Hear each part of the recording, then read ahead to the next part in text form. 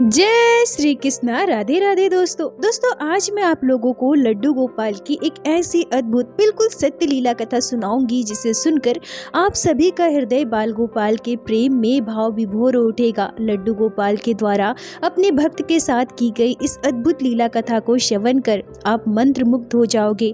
लड्डू गोपाल के प्रति आपकी श्रद्धा भक्ति हृदय का प्रेम कई गुना बढ़ जाएगा। आप सभी भक्तों से अनुरोध है कि कृपया आज की इस लीला कथा को पूरा अंत तक अवश्य देखिएगा। आशा करती हूँ प्रत्येक दिन की भांति आज की यह लीला कथा भी आपके हृदय को स्पर्श करेगी। दोस्तों आज की यह लीला कथा हमारे साथ शेयर की है कोलकाता निवासी पूर्णिमा चक्रवर्ती जी ने। पूर्णिमा जी कहती हैं कि यह घटना हमारे जीवन में 2019 में घटी है। पूर्णिमा जी कहती हैं कि मैं लगभग 10 वर्षों से लड्डू गोपाल की सेवा कर रही हूँ। मेरे लड्डू गोपाल बहुत ही प्यारे छोटे से एक नंबर के हैं। लड्डू गोपाल को कभी मैं अपना सखा मानती हूँ तो कभी मैं अपना भाई मानती हूँ और इसी भाव से लड्डू गोपाल की सेवा करती हूँ। पर जब मैं YouTube पर सभी के बड़े बड़े लड्डू गोपाल को देखी, बड़े लड्डू गोपाल का सुंदर श्रृंगार देखी, भक्त बड़े ही प्यार से सुंदर तरीके से लड्डू गोपाल को तैयार करते हैं। बड़े लड्डू गोपाल बहुत ही सुंदर और प्यारे लगते हैं और लड्डू गोपाल जितने बड़े हो उतनी ही उनकी सुंदरता बढ़ जाती है। पर मेरे लड्डू गोपाल तो बहुत ही छोटे से हैं। उनका ना मैं सुंदर श्रृंगार कर पाती थी, ना ही मैं उन्हें ज्यादा ज्वेलरी पहना पाती थी।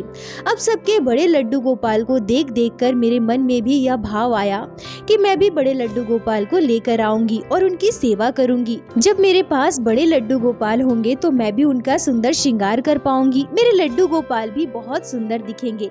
और यह बात मैंने अपने घर पर मम्मी पापा दादी सभी से कही, पर सभी ने मुझे मना कर दिया। कहने लगे कि नहीं, हमारे घर छोटे लड्डू गोपाल है ना, तुम उन्हीं की सेवा करती हो तो उनसे ही प्रेम करो।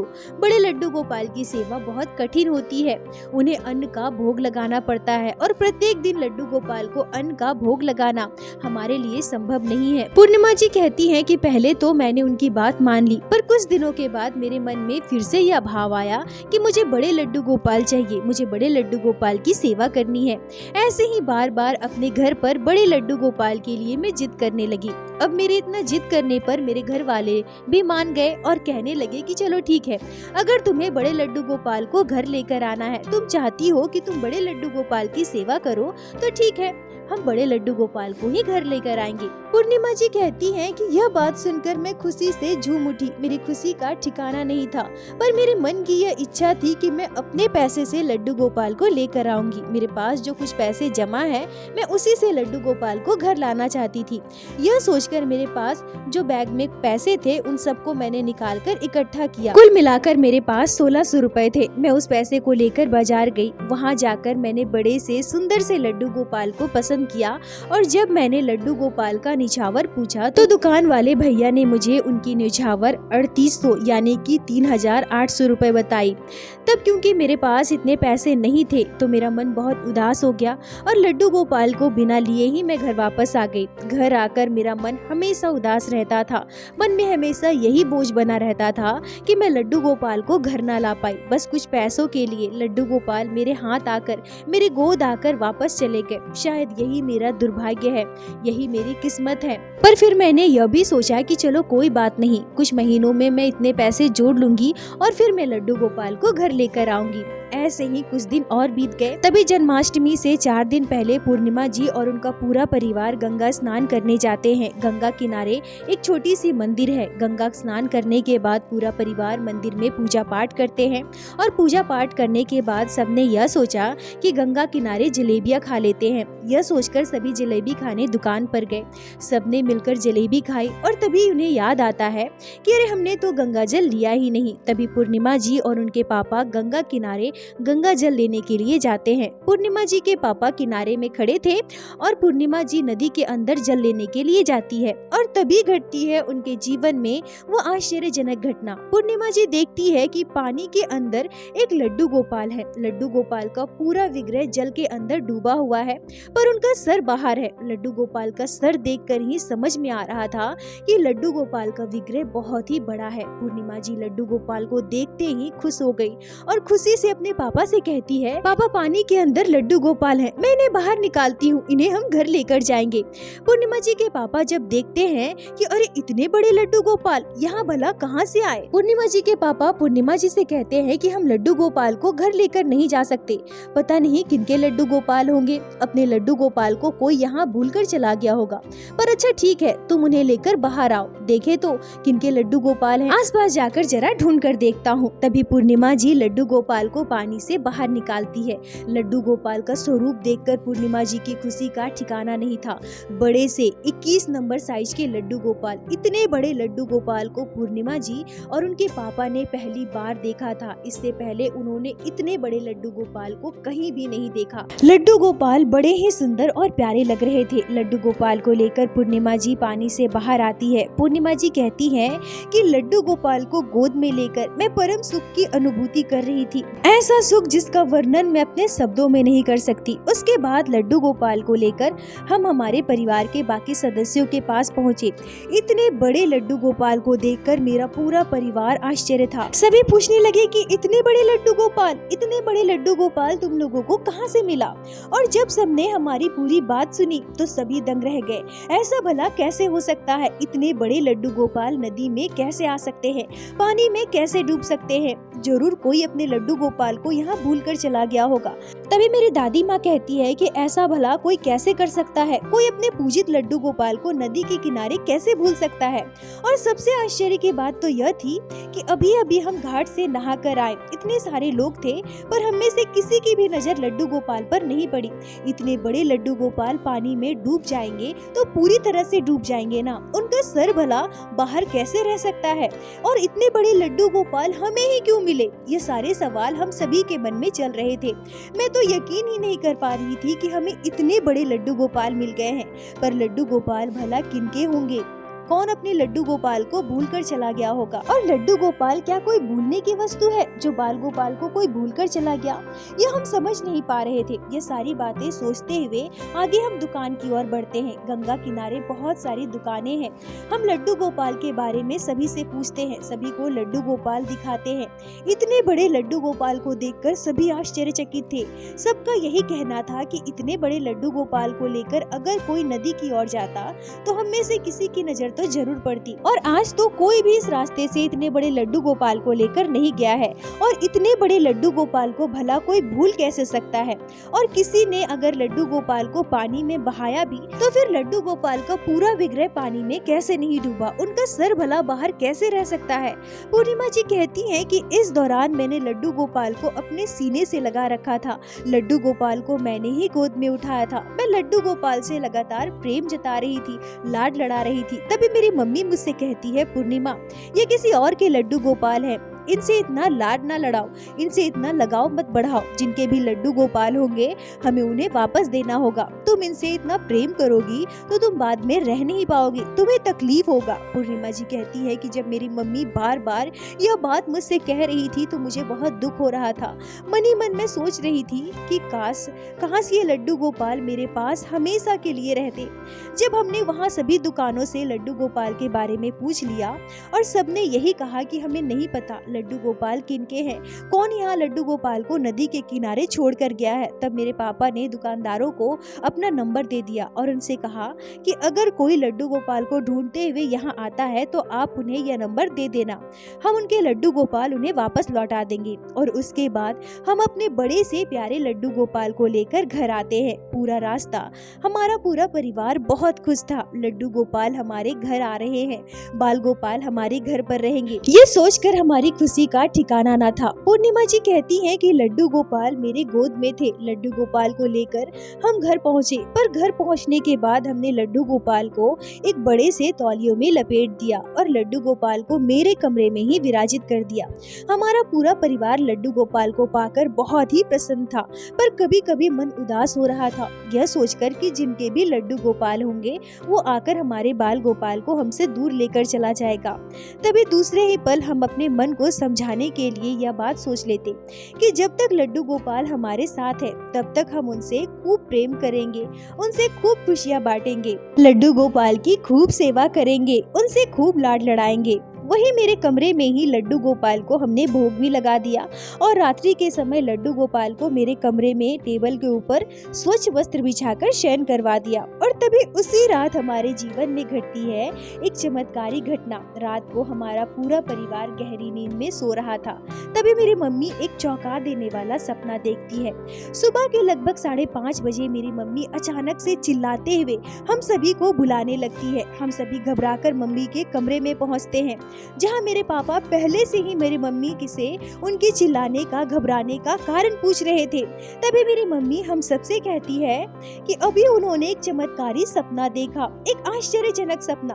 उन्होंने अपने सपने में एक परछाई देखी, जो परछाई मेरी मम्मी से यह कह रही थी कि मैं अब यहाँ से कहीं नहीं जाऊंगा, मैं किसी के घर के लड्डू गोपाल नहीं हूँ, मैं तो गंगा से सिर्फ तुम्हारे घर विराजित होने के लिए आया हूँ।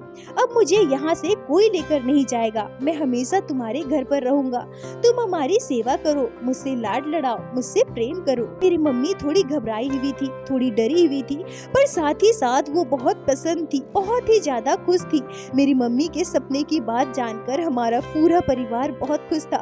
सुबह के लगभग 5:30 बज रहे थे। उसके बाद कोई भी नहीं सोया, सभी अपने अपने काम पर लग गए। लगभग 9:30 बजे हम लड्डू गोपाल को लेकर हमारे कुल गुरु के पास पहुँचे और उन्हें हमने पूरी बात बताई। यह भी बताया कि लड्डू गोपाल को हम घर लाना चाहते थे और लड्डू गोपाल को घर लाने के लिए हम दुकान पर भी गए थे, पर कुछ पैसे कम होने की वजह से हम लड्डू गोपाल को घर ना ला पाए। कल जब हम पूरा परिवार गंगा नदी स्नान करने गए थे, तो वहीं गंगा नदी में हमें यह लड्डू गोपाल मिले और उसके बाद मेरी मम्मी के सपने की पूरी बात भी हमने गुरुजी को बताई।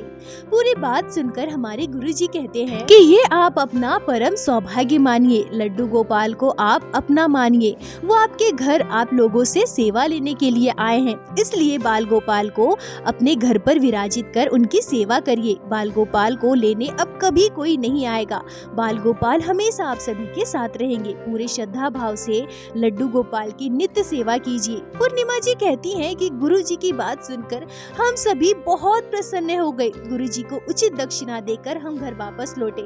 उसके बाद जन्माष्टमी वाले दिन हमने धूमधाम से लड्डू गोपाल का प्राण प्रतिष्ठा करवाया, परंतु प्राण प्रतिष्ठा वाले दिन ही हमारे घर में घट गई एक बहुत ही आश्चर्यजनक घटना।